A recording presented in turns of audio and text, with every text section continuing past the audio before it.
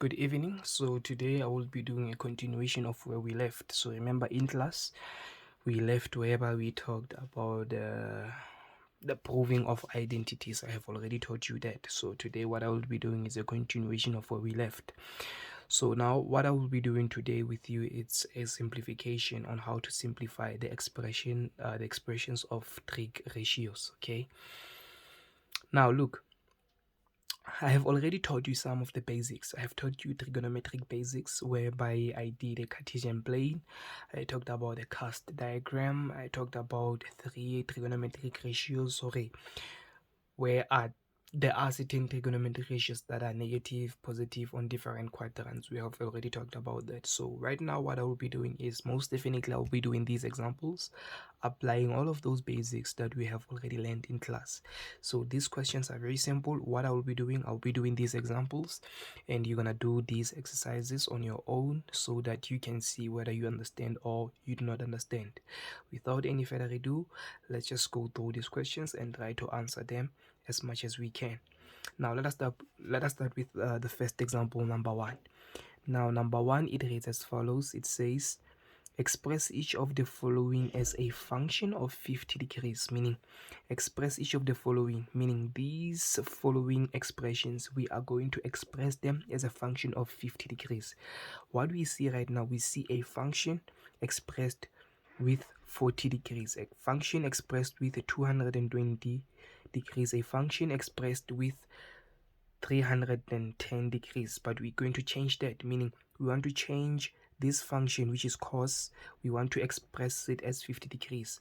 It does not matter how we change it, but the major thing is we need to change this angle here, which is 40 degrees, into 50 degrees. But now how are we going to do that?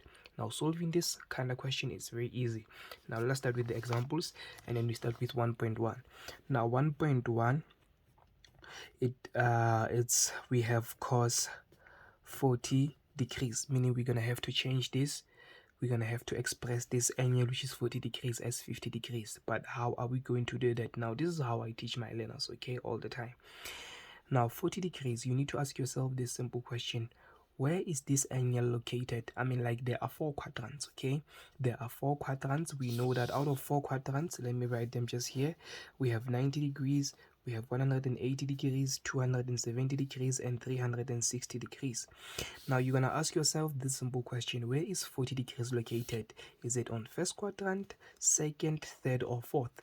Oh, 40 degrees is a angle that can be found in first quadrant, whereby it is less than 90 degrees. Can you see that? Oh, so that means 40 degrees, it will be on the first quadrant.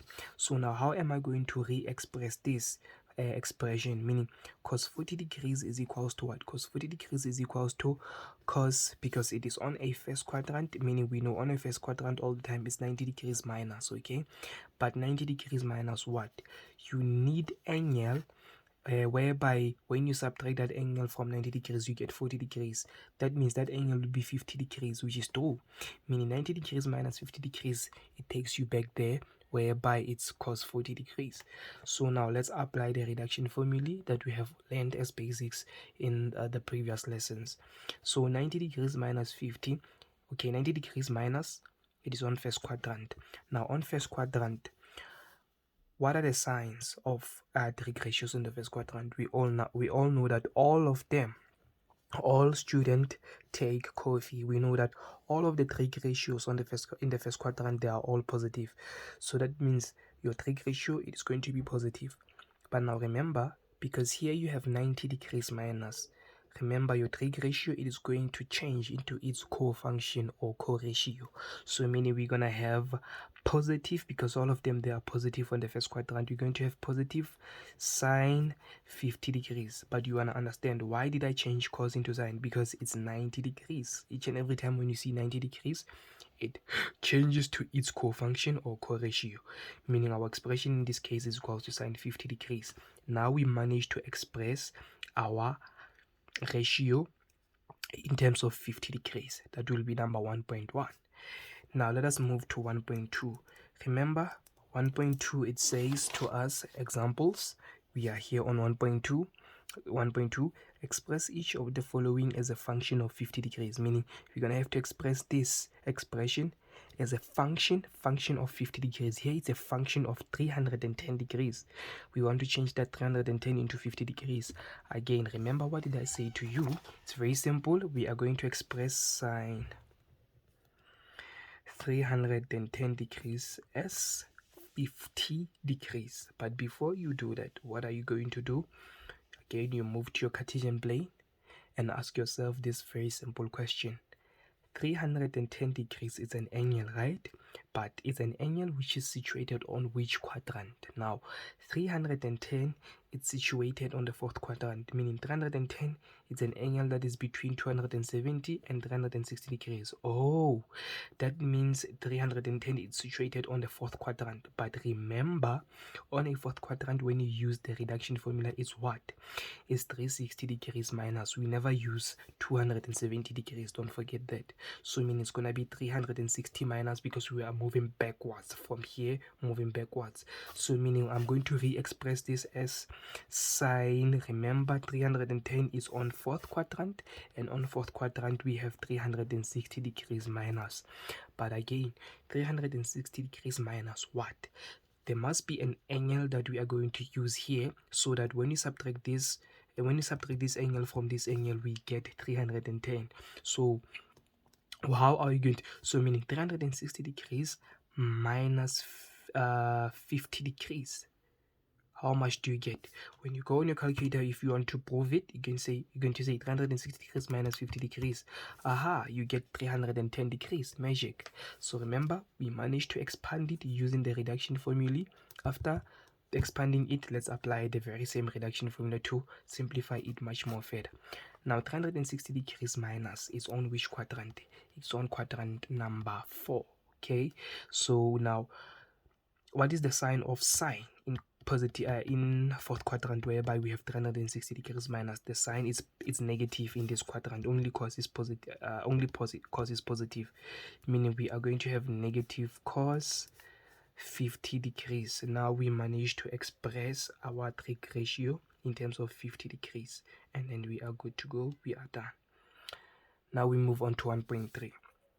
So 1.3, it says to us, express each of the following express each of the following as a function of 50 degrees, meaning we're going to express this angle and its trig ratio as a function of 50 degrees, meaning we're going to turn this 220 into 50 degrees. So meaning 1.3, we have cos 220 degrees. Let us all express it. Now remember, again, you go to your Cartesian plane. It's very simple. What are you going to do? You're going to ask yourself a very simple question. Where is 220 degrees angle located? 220 degrees angle is located in third quadrant, okay, between 180 and 270. That's where you will be able to find 220 degrees. So remember, in a third quadrant, like I said, we never use 270 degrees. We use only 180 degrees, or yes, on the third quadrant we use only 180 degrees.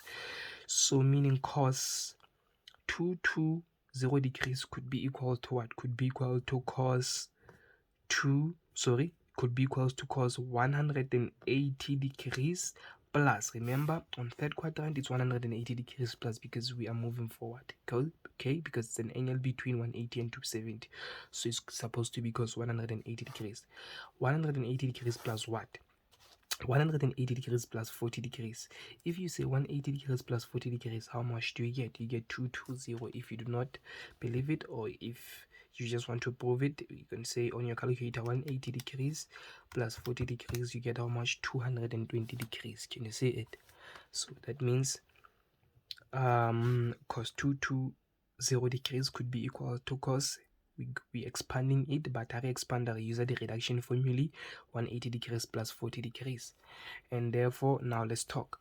180 degrees plus, it's on which quadrant? It's on third quadrant. So what is the sign of cos on third quadrant? The sign of cos on third quadrant is supposed to be negative because only tan it's positive in that quadrant, meaning we're going to have negative cos what? Negative cos 40 degrees. Now, without wasting your time, remember, we have already determined the magnitude of cos 40 degrees is equals to how much? Is equals to sine 50 degrees. You can just say this is equals to negative sine 50 degrees, and then you are good to go.